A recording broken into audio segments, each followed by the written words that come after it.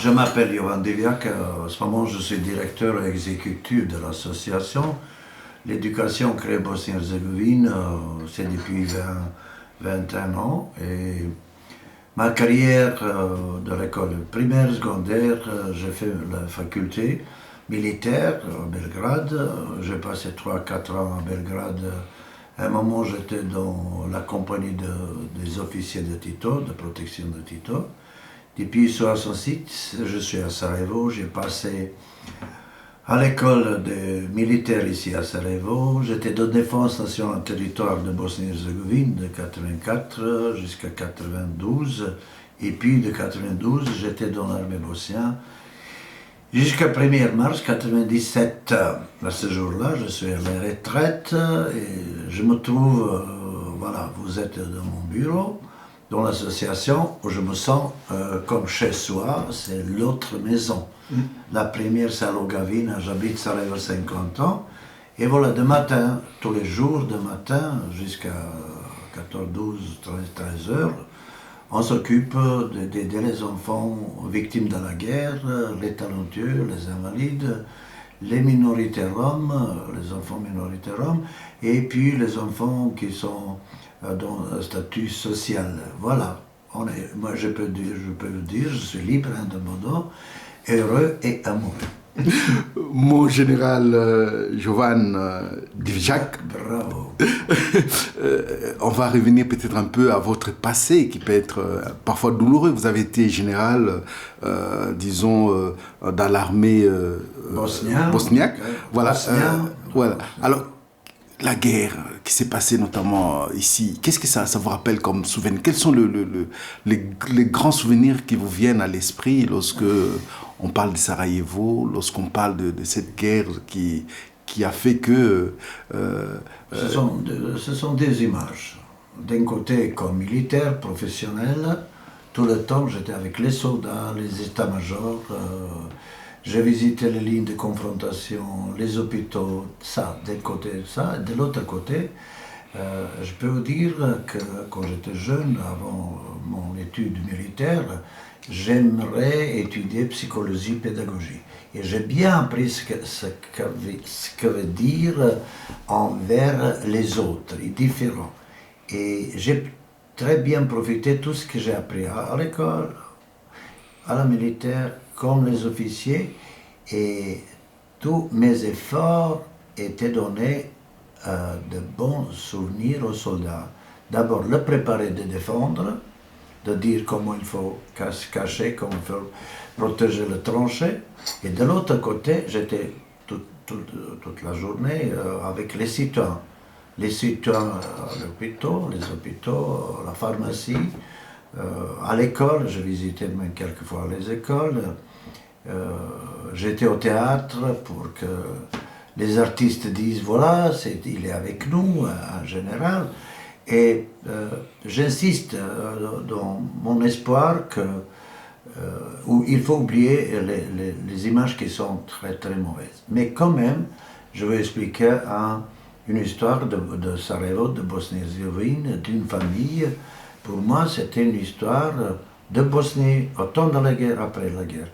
Après, avant, on a fait une photo tout près sur le mur avec moi et un petit jeune homme qui avait 3 ans et demi. C'était 10 juin 92 que je visitais la ligne de confrontation, je passais la rue et le soldat m'a demandé est-ce que vous avez entendu hier une grenade a tué 3 enfants et un soldat? Est-ce que vous avez envie de dire la condoléance? Ce jour-là, moi, je craignais quoi faire. J'entre dans une famille bosniaque, musulmane, je ne sais pas comment elle va réagir, car je sais pas, elle me connaît comme commandant, comme Jovan, comme colonel de l'armée yougoslave ce jour-là, avant j'étais dans l'armée yougoslave. Et quand même, moi j'ai décidé, j'étais dans l'entrée d'une cave, j'étais debout, je ne connaissais personne. Une dame de 41 ans est venue vers moi, elle a dit voilà, c'est notre commandant. C'était un grand soutien pour moi. Et elle était officier, le soldat de l'armée, il a dit voilà, c'est mon commandant. Pour eux et pour les autres, j'étais commandant. Et j'ai passé presque une heure, chaque 10 jours, 15 jours, venait quelqu'un de dire la condolence et je pleurais avec les autres. L'histoire, c'était comme ça. C'était 9 juin 92, 1h moins le quart. Et puis, elle était dans ce cave, elle a préparé le repas pour les soldats qui étaient dans le jardin. À un moment, il y a une grande explosion, la maison est tombée. Elle a sorti dans le cours tous les 3 enfants, 2 de ses fils, et sa cousine était massacrée sur place. Un enfant, il avait 14, l'autre 17 ans. Et puis, elle expliquait la jambe là, le soulier là, partout. Et à un moment, elle a dit, je tenais la tête de ma fille, ma cousine, et le cerveau coulait par le doigt. On est restés amis. Et quand j'ai senti qu'on peut rigoler quelquefois avec elle, à la fin 94, je dis, qu'est-ce que tu peux être enceinte? Non, grand-papa, je ne peux pas, je suis âgé. Mais quand même, elle est venue au mois de février 95, disant, je suis enceinte. Est-ce que tu peux être parrain? Je peux être parrain, oui, c'est ça l'honneur. Ce petit enfant est né le 9 juillet 95. Voilà, sur cette photo, il avait 3 ans et demi. Aujourd'hui, il a fait son première année de la faculté de droit, le deuxième, il a 20 ans. Et puis, voilà, c'est l'histoire de Bosnie à travers de cette famille. D'un côté, la tragédie dans la famille, dans la Bosnie-Herzégovine, et l'avenir de Bosnie-Herzégovine, de cette famille, à travers de ça. Il s'appelle Mohamed. Voilà, il est le membre de l'association. Il voyage avec nous, il est bien, il est notre boursier. Voilà, c'est l'image qui me reste pour toute ma vie. Il y a les autres, il y a beaucoup qui sont les membres de l'association. J'ai une famille, j'ai une dame, ma maman, qui a vu par la fenêtre 93 que la grenade, le bombe grenade a tué 2 enfants, une fille et un fils. Et puis elle était courageuse, elle était enceinte pendant la guerre avec un, l'autre après la guerre. Voilà, c'est l'histoire. Tragédie, oui, mais l'avenir quand même, à travers la tragédie, comme chez vous. Chez vous en Afrique, dans toute la guerre, vous avez cette histoire. Pour moi, ça restait. L'autre, ce qui me reste, c'est une résistance dans l'âme. Il y a le moment qu'on en avait les blagues, Barcelette, rien. C'est-à-dire, vraiment, c'était très dur. C'était, après, en hiver, plus en hiver qu'en été. Et puis, l'éducation était organisée. Voilà, c'était protégé quelquefois dans les caves, je ne sais pas, partout, dans le stock. Mais il y a le moment quand même les professeurs n'étaient pas tellement prudents.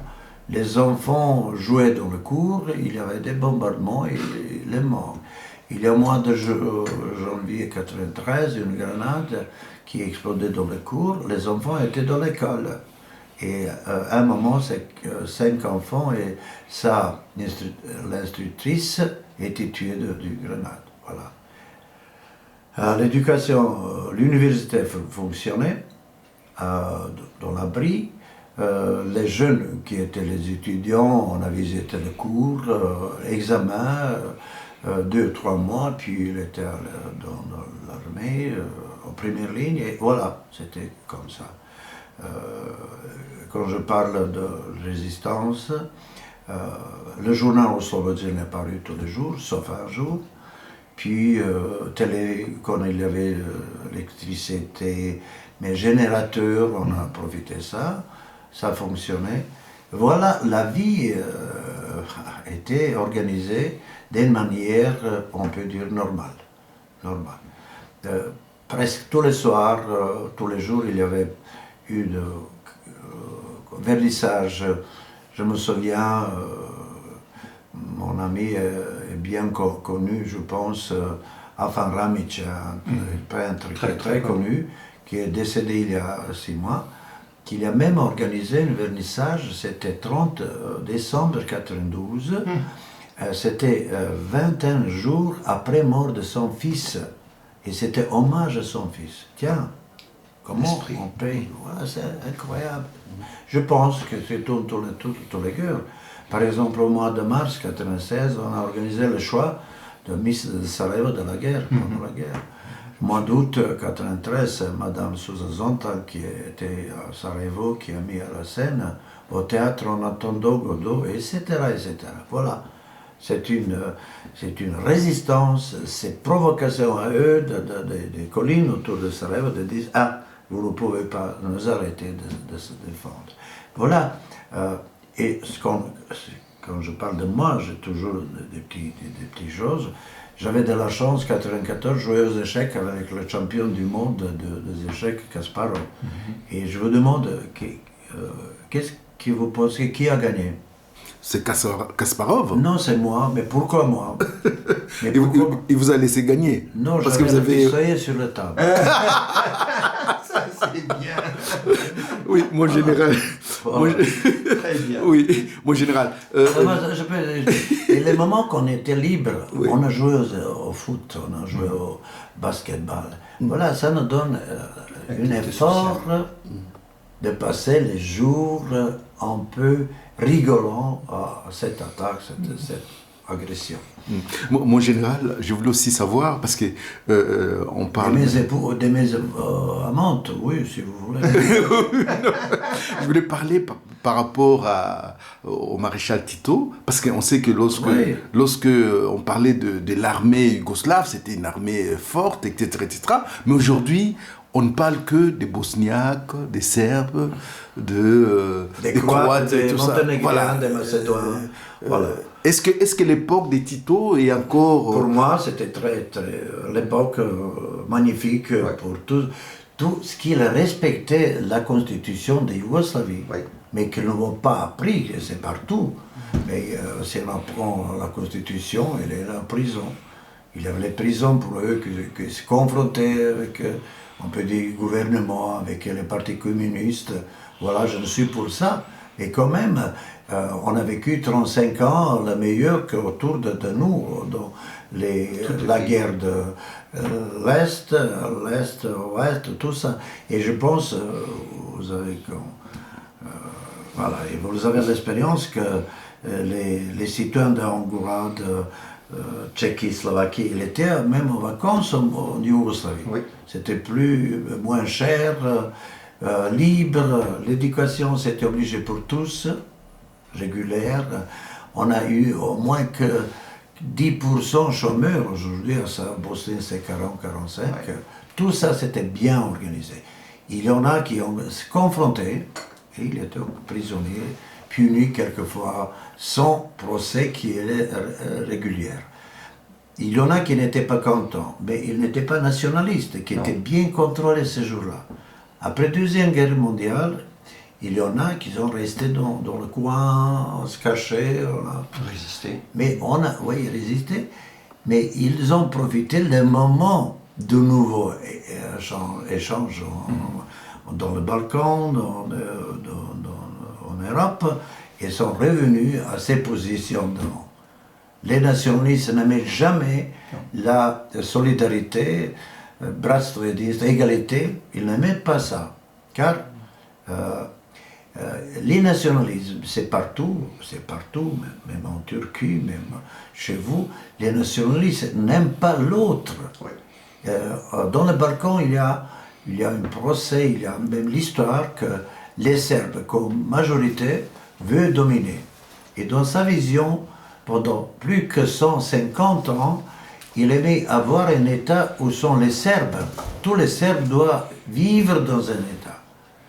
Et tous les échanges après Tito, c'est la chance des nationalistes serbes, croates aussi, et même des Bosniaques.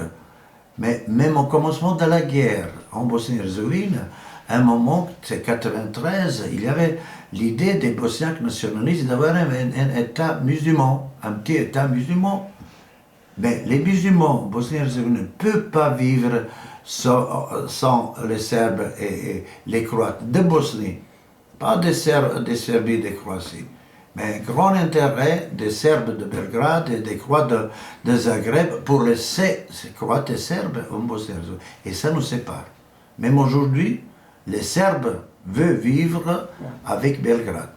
Et il y a 3 politiques en Bosnie-Herzégovine, unitarisation des côtés des musulmans qui veulent être, voilà, comme plus nombreux, il y a à peu près 2 millions. Et de l'autre côté, les Serbes veulent se lier avec Belgrade.